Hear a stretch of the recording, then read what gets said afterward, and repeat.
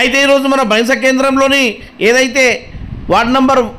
6 ward number 4 అదేవిధంగా సుభాష్ నగర్ కాలనీలో మన నారాయణరావు పాటిల్ గారు అక్కడ వెళ్ళి అక్కడ ఉన్నటువంటి పేద మధ్యతరగతి బడుగు బలహీన వర్గాలతో కలిసి అదేవిధంగా దళిత మహిళలతో కలిసి ఏదైతే ఇప్పుడు రేపు 13వ డేట్ రోజు మనకు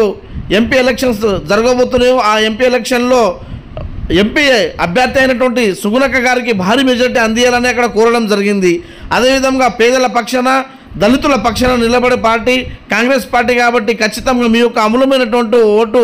ఎంపీ సుగుణక్క గారికి వేయాలని అక్కడ కోరడం జరిగింది। అక్కడ ఉన్నటువంటి ప్రజలు అదేవిధంగా ఆడపడుచులు ప్రతి ఒక్కరు స్పందిస్తూ ఖచ్చితంగా మేము ప్రతి ఒక్కరము మీ అండదండగా ఉంటూ ఖచ్చితంగా కాంగ్రెస్ పార్టీ మీద ఓటేస్తామని వాళ్ళు అక్కడ హామీ ఇవ్వడం జరిగింది। ఈ కార్యక్రమంలో భాగంగానే మన శంకర్ చంద్రే గారు, సాహెబ్రావు అదేవిధంగా తదితర కాంగ్రెస్ పార్టీ నాయకులు అదేవిధంగా వర్ణికుప్టి సర్పంచ్ రమేష్ గారు ఈ కార్యక్రమంలో పాల్గొనడం జరిగింది।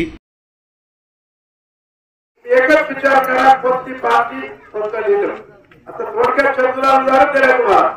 इथं भाजपचं संस्था निवडून दिले काही काम केलं का माफ त्याच्यात कुठवर माफी टाकल्या काय ते चतुराला इंडिपेंडेंट निवडून दिलं तर याच्यामध्ये काम व्हायला की नाही आता आणखी आपल्याला घेऊन करत आहे 45 लाख रुपये हे सगळं तुमच्या भागामध्ये 6 करोड रुपये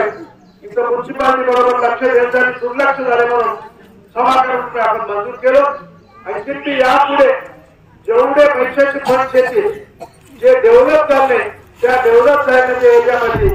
पैसे आपण सँक्शन करून तुमच्या सगळ्यांची सोय याच्या पाण्याची घराची पेन्शनची रेशन कार्डची आरोग्यश्री कार्डची हेही काही सरकारचे मूलभूत गरजा होता ते तुमच्यापर्यंत पोहोचायचं प्रयत्न आम्ही करतो आमचे काउन्सिलर करतात आमचे नेते करतात तुम्ही 13 तारखेला एकच करा सुगुणाचं 2 नंबरवर बटन टाकून हाताच्या दिशेला मतदान करा परवा जे मला मतदान केलं तुम्हाला सगळ्यांना मनापासून मी आभार मानून धन्यवाद बोलून माझं भाषण समाप्त करतो। जय हिंद जय भारत।